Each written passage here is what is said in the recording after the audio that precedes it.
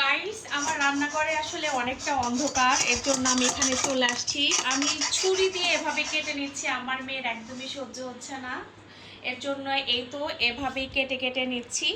আর এটা হচ্ছে পুরোটাই মানে মুরগির মাংস, আমি আলাদা করে এটা কেজি হিসাবে কিনে আনি। কোনো হাড্ডি নাই, কোনো হাড্ডি নেই এই মাংসটার মধ্যে। আসলে সত্যি কথা বলতে এটা আমার ডায়েটের জন্য মাংসটা আনা, তো যেহেতু মেয়ে এতটা মর্জি করতেছে সেই কারণে ওকে এইখান থেকে এখন আমি মুরগির মাংসটা নিয়ে যে কোনো একটা নাস্তা তৈরি করে দিব। গাইস আমি এখানে মাংসগুলোকে কুচি কুচি করে কেটে নিয়েছি, আর এখানে অল্প একটু লবণ দিয়েছি, সাথে হচ্ছে এখানে একটু হলুদ দিচ্ছি, এখন একটু মরিচের গুঁড়া দিচ্ছি। এটা এখন আমি সুন্দর করে মাখিয়ে তারপরে ভেজে নিব।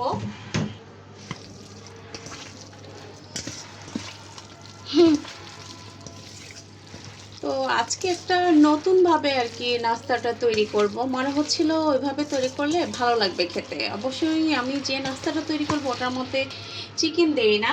হ্যাঁ, আর এখানে এই তো তেল দিয়ে দিচ্ছি, এখন ভেজে নিব। চুলাটাই অন করে নাই। আরে আল্লাহ, চুলাই অন করে আসলে নাই। চুলাটা অন করেছিলাম, পরে মনে হয় এমন কোনো কারণে অফ করে দিয়েছি। এই তো এখন এটা ভেজে নিবে আম্মু। হ্যাঁ, তেলটা একটু গরম হোক। আর আমার মেয়ে তো একদম ওয়েটই করতে পারতেছে না। আমার আর ভালো লাগতেছে না, যদি 8:30টার দিকে মেস চলে আসে তাহলে আর কি আর আমি খাইতে পারবো? চিন্তা করছেন? আচ্ছা যাই হোক,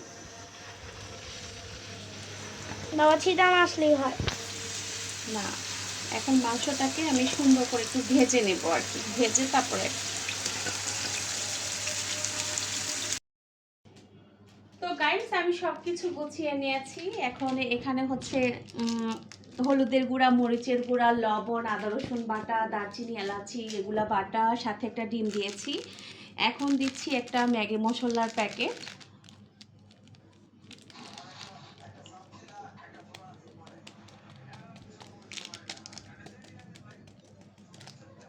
আর এখানে দিচ্ছি হচ্ছে টমেটো সস।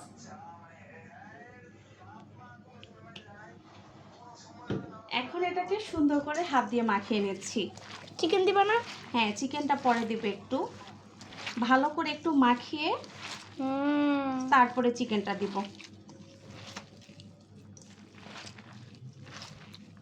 Yummy yummy. যে দেখছো একটা কাঁচা মরিচ অলরেডি রয়ে গিয়েছে, আমি খেয়াল করি নাই। আচ্ছা থাক, সমস্যা নাই, আস্ত রয়ে গেছে।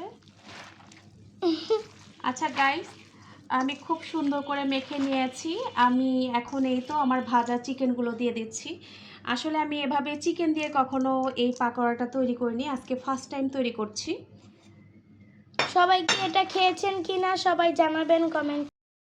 গাইস আমি কিন্তু সবকিছু রেডি করে ফেলেছি, কিন্তু মেন যে আমার বেসনটা সেটাই কিন্তু আমি দেইনি। এই তো এখন বেসন আমি দিয়ে দিচ্ছি, আর বেসনটা একটু বেশি পরিমাণেই দিতে হবে যাতে আঠালো ভাবটা হয়, এর জন্য এই তো আমি সুন্দর করে মাখিয়ে নিচ্ছি। এখন পুরোটা এখন মাখিয়ে তারপরে তেলের মধ্যে ভেজে নিব। তো চলেন।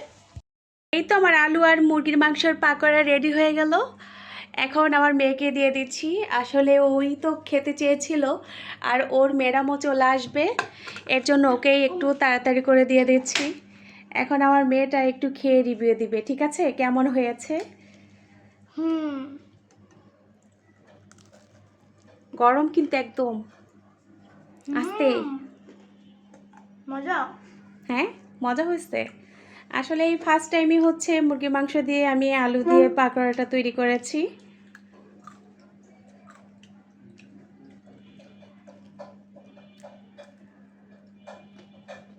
দারুণ দারুণ দারুণ।